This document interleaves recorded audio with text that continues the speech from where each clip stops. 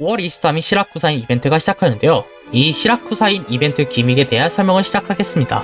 먼저 시라쿠사인 기믹 설명을 하기 전에 몹들을 간단하게 설명을 하자면 패밀리 병사, 석궁병, 공가짜, 캐스터, 패밀리 전용 세단, 리더, 멸사자, 그리고 중간 보스로 할 수 있는 아제리는 신부와 최종 보스는 자로 늑대 군주가 존재합니다. 추가적으로 기믹에 존재하는 시라쿠사 평민, 그리고 벤데타라는 게이지와 퍼지 타이밍이 존재하는데요. 일단 시라쿠사 평민에 간단하게 설명을 하자면 벤데타라는 게이지를 천천히 감소를 시켜주지만 상황 시 벤데타가 대폭 증가한다는 단점을 가지고 있습니다. 그리고 벤데타 게이지가 가득 찰 경우 퍼지 타임을 발동시키는데 이 퍼지 타임이 발동될 시 적들이 버프를 가지는데 이 버프는 몹들을 설명하면서 말씀드리겠습니다. 첫 번째, 패밀리 병사. 기본적인 안목 포지션이지만 처치될 시 벤데타가 총 20씩 증가시킵니다. 하지만 EX로 넘어갈 경우 20에서 35로 바뀌며 패밀리 공가짜는 도발을 가진 중장 포지션의 몹입니다. 하지만 이 몹을 처치할 시 병사와 똑같이 게이지를 회복시키지만 80을 회복하며 EX로 넘어갈 경우 능력 추가 강화라던가 그런 것은 없지만 기초적인 스탯이 올라갑니다.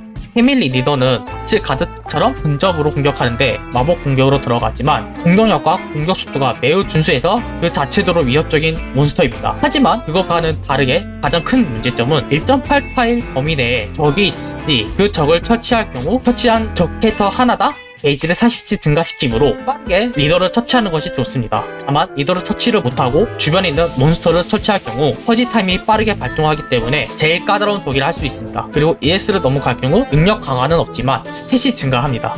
이거는 EX의 공통입니다. 그리고 패밀리 전용 세단이라는 몬스터도 있지만 이동 속도가 빠른 중장이라고 생각하시면 편해요. 하지만 이 녀석을 저지를 하고 몸을 잡을 시 패밀리 병사가 나오는데 이 패밀리 병사를 처리할 경우 아까 말씀했다시피 게이지를 회복시킵니다. 그리고 EX로 넘어가는 강화가 되는데 이 또한 소환되는 몹들조차도 강화되므로 저지를 하지 않고 잡는 것이 좋은 방법이고요. 이제 원거리 애들을 설명해드리자면 패밀리 석궁병. 이 몬스터는 명방에 나오는 평범한 석궁병이지만 퍼지 타임이 발동될 시 캐스터와 똑같은 공격력을 가지게 됩니다. 즉 퍼지 타임이 발동하기 전에 잡는 것이 제일 좋으며 인지를 먼저 공격하기 때문에 더욱더 빠르게 처리하는 것이 좋습니다. 다만 EX로 넘어갈 시 추가 능력이나 그런 것은 없지만 스탯이 증가합니다. 패밀리 캐스터 총 2명의 아군을 공격하지만 등장 후 5초, 10초마다 공격을 멈추고선 8초 동안 게이지를 초당 5씩 채우고 총 40을 회복시킵니다. EX 넘어가시 똑같이 능력 강화는 없지만 스탯이 증가합니다. 패밀리 멸사자. 장난으로 유저들이 패밀리 멸사자가 진 보스다라는 이유가 있는데 그 이유는 퍼지 타임이 발동할 시 나오는 몬스터로 거점에서 한 마리씩 등장은 하지만 은신을 가지고 있어 실버 애쉬가 있다 하면은 은신을 없애 빠르게 제거가 가능하지만 만약에 그것이 없다면 오퍼를 배치하여 은신을 제거를 해야 된다는 까다로운 점이 있습니다. 이제 중간 보스라고 할 수 있는 아제르니 신부. 아제르니 신부에 대해 설명을 해드리자면 먼저 필드 2의 존재 시 게이지를 초당 2씩 차오르게 하고 총 10개의 탄약을 보유하는데 공격할 때마다 탄약이 하나씩 감소하지만 방어력을 300씩 감소를 시킵니다. 기본적으로 범위는 1.9타일이지만 퍼지 타임이 발동 시 범위가 무한, 그리고 마지막으로 배치한 아군을 공격함으로 계속 부활, 그라벨 혹은 레드 아니면 디펜더로 최대한 막는 것이 좋습니다. 그리고 탄이 빠질 경우 제일 쉬운 중간 보스가 됩니다. 그러니 탄을 최대한 빼는 것이 제일 좋습니다.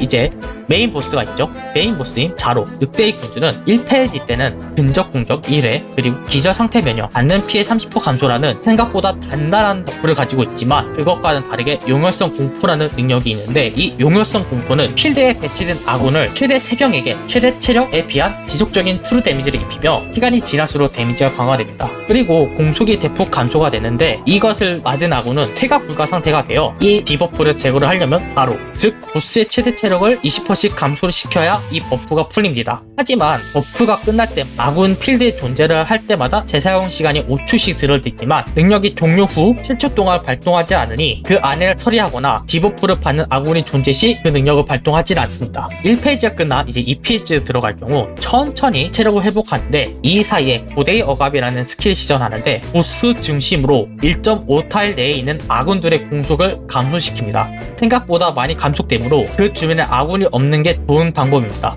그리고 이 페이지에 넘어갈 시 공격은 원거리와 근거리 둘 다 사용하며 총 2번으로 바뀝니다. 용혈성 공포를 사용하진 않지만 고대의 억압을 항시로 발동을 시키며 광포한 울음소리라는 능력을 발동시키는데, 이 광포한 울음소리는 5초에 걸쳐 벤데타를 초당 35씩 증가시켜 최대한 빠르게 처리하는 것이 좋습니다. 무에나 슈루트 같이 한 방 한 방이 강력한 오퍼레이터로 제거하는 것이 제일 좋습니다. 시라쿠사인 기믹 설명을 여기까지 하겠습니다. 시청해주셔서 감사합니다.